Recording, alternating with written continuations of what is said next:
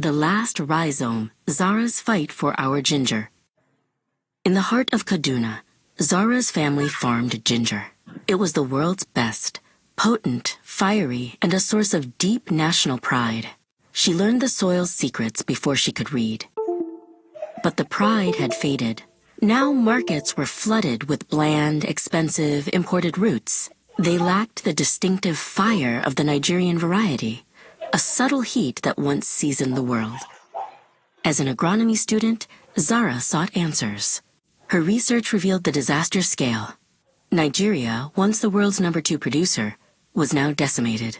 The culprit was a ruthless fungus, Proxy pericularia zingiberus. The fields, once bursting with life, now felt cursed. The fungus turned the vibrant green leaves a sickly yellow, leaving the earth withered and bare. It looked like a silent, irreversible theft of the land's soul. The economic shock was catastrophic. A bag of ginger rhizomes, once selling for 50,000 nairas, now commanded 800,000 nairas, if you could even find one. Livelihoods were instantly erased.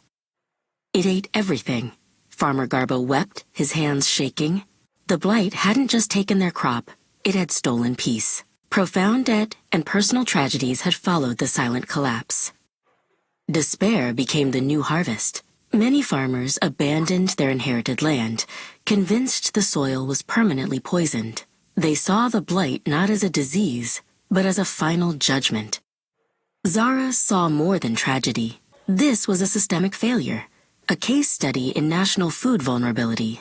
There had been no early warnings, no research-backed safety nets to catch their fall.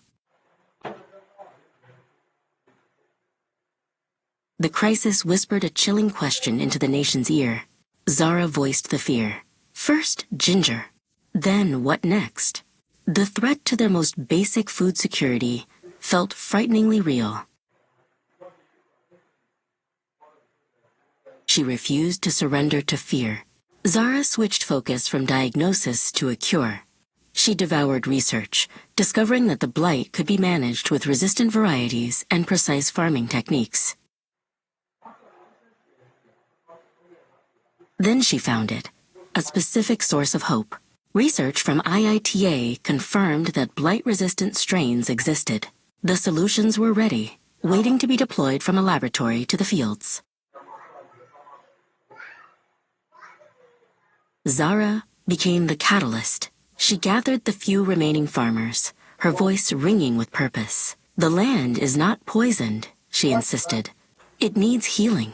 We will rebuild this together.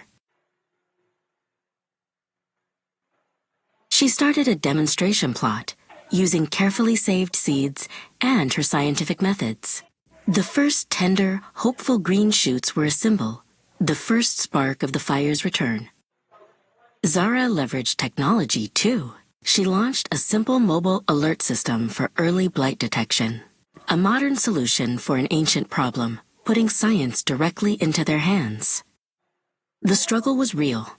Some new plants failed, a painful echo of the past, but the resilient ones, the blight-resistant strains, took root. They were the genetic bedrock of their future.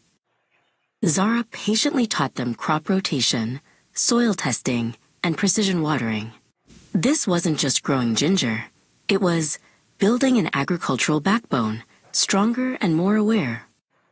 Then came the moment of triumph. Zara held up a newly dug rhizome, plump, healthy, and radiating the unmistakable, powerful pungency. The fire of their heritage had been reignited. They cemented their future by creating the Ginger Fire Collective. This cooperative pooled their resources, shared knowledge, and ensured no one farmer would face the next crisis alone. The payoff arrived. A successful harvest, rich and plentiful, restored interest from buyers globally. The unique quality of Nigerian ginger was finally making its return to the world market.